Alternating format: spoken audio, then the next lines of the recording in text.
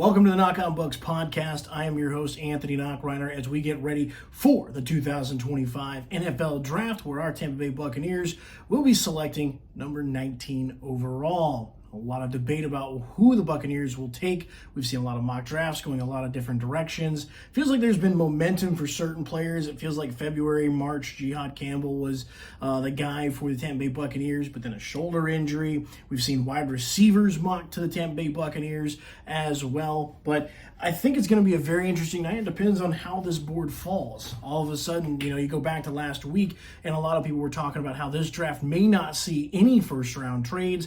To just the last couple of days, all of a sudden we're hearing about blockbuster deals, about teams moving up from 10 to 5 or potentially from 3 to 2, or even teams moving back into the first round later in the back half of it.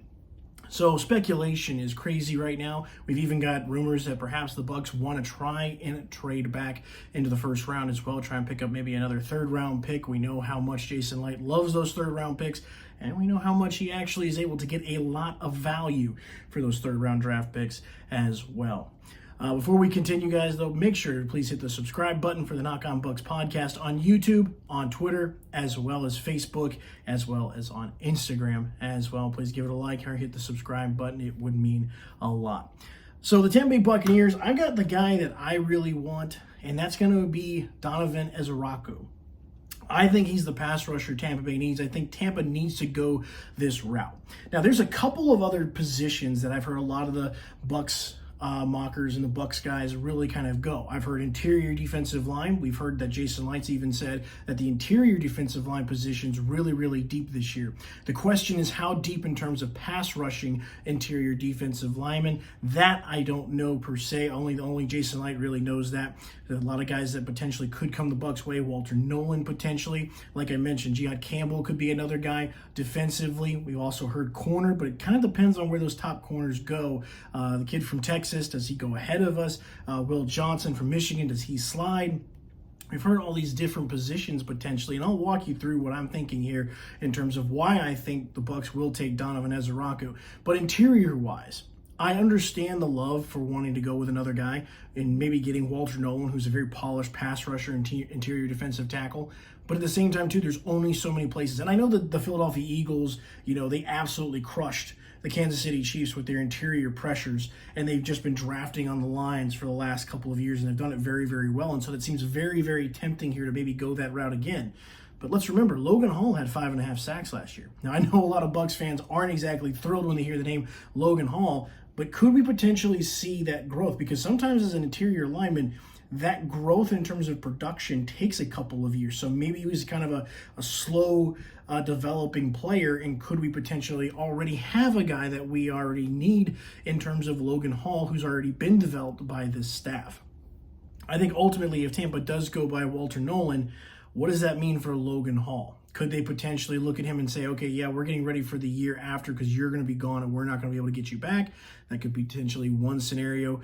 Maybe they want to go that route. I just think that we already have a player in Logan Hall that I think we can build on. And I think he might be even a cheaper option considering in terms of, putting in that first round draft capital. And you've got a guy like Logan Hall who would be a little bit cheaper than that first round pick. And I just don't see the need for interior. Now, again, if the board shakes out that way, then obviously we take Walter Nolan. But I think Donovan Ezeiruaku will be there. Now, Jihad Campbell, on the other hand, he's a player that I think Tampa would have really liked him, but I think the problem is his injury. I think the shoulder really kind of scares off Tampa, because here's the problem. Why is Tampa going to take another linebacker that has a shoulder problem? On top of the fact that Tampa Bay really does love Servassier Dennis. Dennis was an outstanding player. I think ultimately, if Servassier Dennis stays healthy for the rest of the season, I don't think the Bucs defense is nearly as bad as it was last year. Dennis was flying around. You go back to that Detroit game and how many big plays he made and how many stops he made, especially on that screen out to Gibbs. You think about the game against the Philadelphia Eagles where he was playing so well, but unfortunately got hurt in that game, and then that's where we lost him. So why would Tampa, who has Servassier Dennis, go after Jihad Campbell, who has a first-round grade, obviously, but also has that injury? he also has a shoulder problem, just like Servassier Dennis. So I think Tampa's going to stick with the fact that they're going to go with Servassier Dennis, a guy they've invested time in developing these last 2 years. Hopefully his shoulder will be back. But if Servassier Dennis can play a full season, I really loved what I saw last year. I think he can do some really great things. But again, this is the gamble where Jason Licht's going to play and roll the dice. Does he roll the dice on Servassier Dennis and the potential that he has, or do you take Campbell at this point, depending on how the board falls? Now, Daniel Jeremiah has released his mock draft. I've seen a couple other mocks that have us taking wide receiver. I'm not necessarily against it. I mean, the wide receiver board's all over the place. Outside of Travis Hunter, I'm not entirely sure where these wide receivers come and go, because you could see Ted McMillan go as high as the top 5, and you could see Ted McMillan going as low as to us at 19. So I'm not exactly in lockstep with taking a wide receiver in the first round.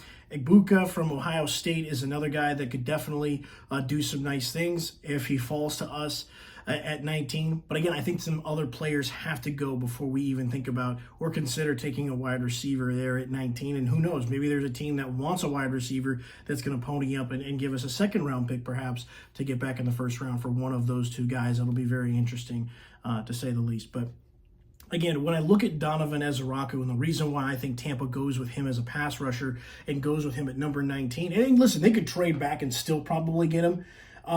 But I really like the fact that he's a guy that's got production.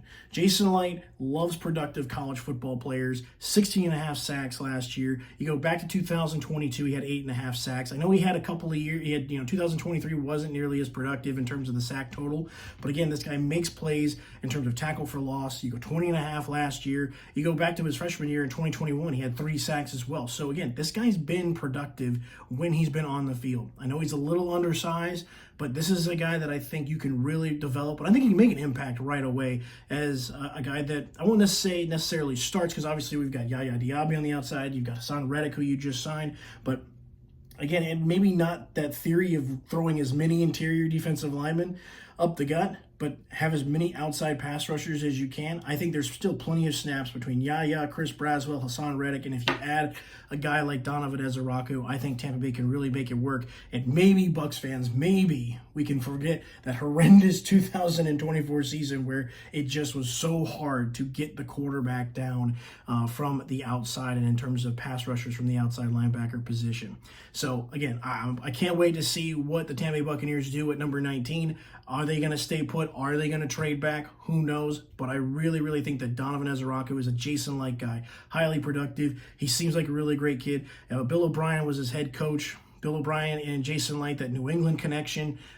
We've seen Jason Licht go with some of the players that Bill O'Brien's had in his program in the past. You think about when Bill O'Brien was over at Penn State. You think about the second rounder, Donovan Smith, who turned out to be a very, very productive player for us and ultimately has 2 Super Bowl rings. So I think that maybe going back to that well could be really good for the Tampa Bay Buccaneers. So again, I love Donovan Ezaraku. I think there's momentum, especially among the fan base that really likes Donovan Ezaraku as well. But the question is, do we take him at 19 or can we get him maybe a little bit later if we trade back? I think he could still be there, but we have to be ahead of the Lions and the Eagles because I think they're going to be honing in on him as well.